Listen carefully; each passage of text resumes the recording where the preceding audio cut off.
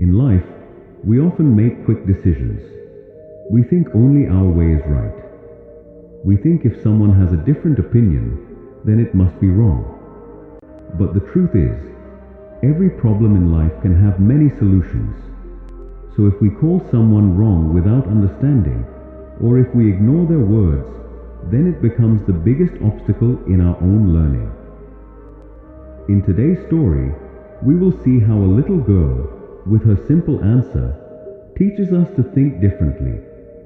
She helps us understand that another person's point of view may not be wrong. So let's listen carefully to this story, because inside it, there is a priceless lesson for life. In that village lived a girl named Emily. Emily was very lively and cheerful. She spent her days playing with friends.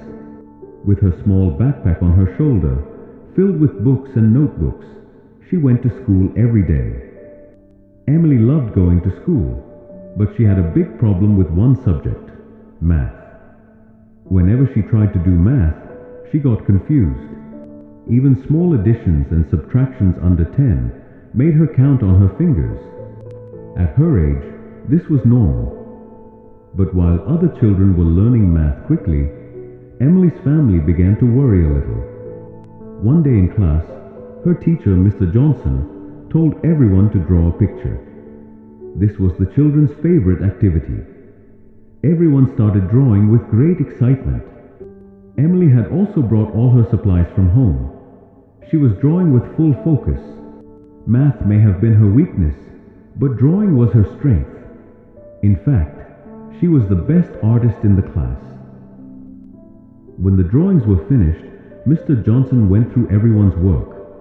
Some had drawn friends, some ducks, and others colorful and funny things. He understood the limits of children's drawings, so he encouraged everyone. On each notebook, he wrote kind words and gave his signature. In Emily's notebook, he wrote, "Well done, Emily. Great work. Your picture is really beautiful." Seeing those words, Emily's heart filled with joy. She thought to herself, if she showed this drawing to her mother, how happy she would be. As soon as class ended, all the children ran outside. Some went to the canteen, some went to play. Emily had brought her lunch, but she didn't like eating alone, so she joined her friends. While they were ordering food at the canteen, her problem appeared again. Emily struggled to calculate, and one of her friends had to help her.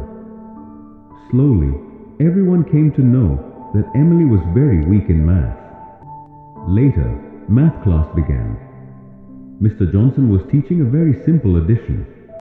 He took 3 apples from his table and asked the children, "All right, kids, imagine I give you 1 apple, then another, and then 1 more. Tell me, how many apples will that be in total?" All the students answered together. But when it was Emily's turn, she started counting on her fingers.